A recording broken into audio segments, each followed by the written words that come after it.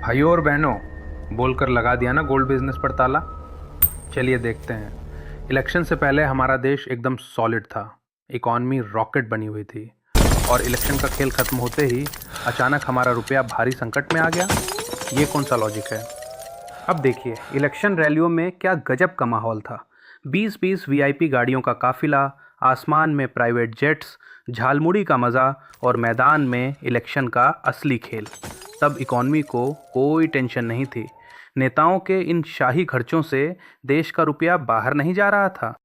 लेकिन जैसे ही चुनाव का वो खेल खत्म हुआ, अचानक मंच पर हमको ये आकर तय सीधा करना पड़ेगा आम जनता से कह कि दिया, साल भर तक भाइयों, घर में कोई भी फंक्शन हो, कोई भी कार्यक्रम हो, हम सोने के गहने नहीं खरीदेंगे, सोना नहीं खरीदेंगे। विदेशी मुद्रा बचाने के लिए हमारी देशभक्ति हमें चुनौती क्यों दे नहीं रही आया? है। अब जरा 1 साल से पीछे चलते हैं, जब वॉर चालू हुआ, जब विपक्ष क्या चीख आज चीख आप इस बात पे कायम है कि प्रधानमंत्री जी की साख रुपए के साथ गिर रही है या नहीं?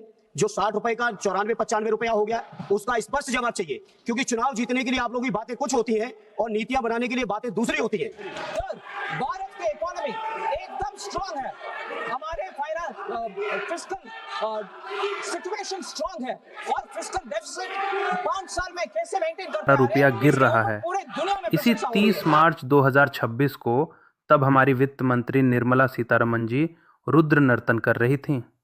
उनका वो ओवर कॉन्फिडेंस याद है?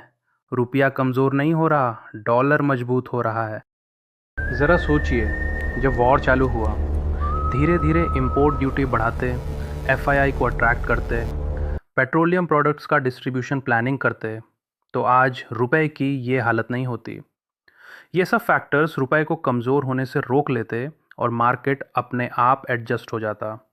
लेकिन नहीं, सालों तक अपनी नाकामी छिपाई, और अब जब पानी सिर से ऊपर चला गया तो अचानक अपनी पॉलिसी के फेलियर को देश सेवा का नाम दे दिया। और मज़े की बात देखिए, बिना इसके नतीजे सोचे मंच से सरेआम सोना मत खरीदो की अपील करना बिल्कुल उस डॉक्टर की तरह है जिसे पता है कि मरीज की हालत ख़राब है, फिर भी वो सीधा उसके मुंह पर बोल दे, तू 1 महीने में मर जाएगा। ऐसे में तो मरीज उसी पल डर से मर जाएगा। एक समझदार डॉक्टर मरीज की काउंसलिंग करता है, उसे पॉजिटिव फील कराता है, जिससे उसकी इम्यूनिटी बढ़े और वो 1 महीने में फिट होकर काम पर लौट आए। हमारे पीएम भी चुपचाप सिर्फ इंपोर्ट ड्यूटी बढ़ा सकते थे, जो कि उन्होंने बढ़ाई भी, लेकिन ड्यूटी बढ़ाने के साथ साथ सीधे माइक पर आकर पैनिक फैलाना, इसका क्या मतलब है? नतीजे के तौर पर इस एक बयान ने रातों रात उन लाखों छोटे ज्वेलर्स, सुनारों और कारीगरों की रोजी रोटी पर सर्जिकल स्ट्राइक कर दी है, जिनका इस पूरी गलती में कोई हाथ ही नहीं था। तो अब सवाल ये है कि आप इस पूरे फैसले के बारे में क्या सोचते हैं? अपनी राय कमेंट्स में ज़रूर बताएं। सच्चाई कड़वी है, पर बताना मेरा काम है। इस वीडियो को शेयर कीजिए और चैनल को सब्सक्राइब करना बिल्कुल मत भूलना।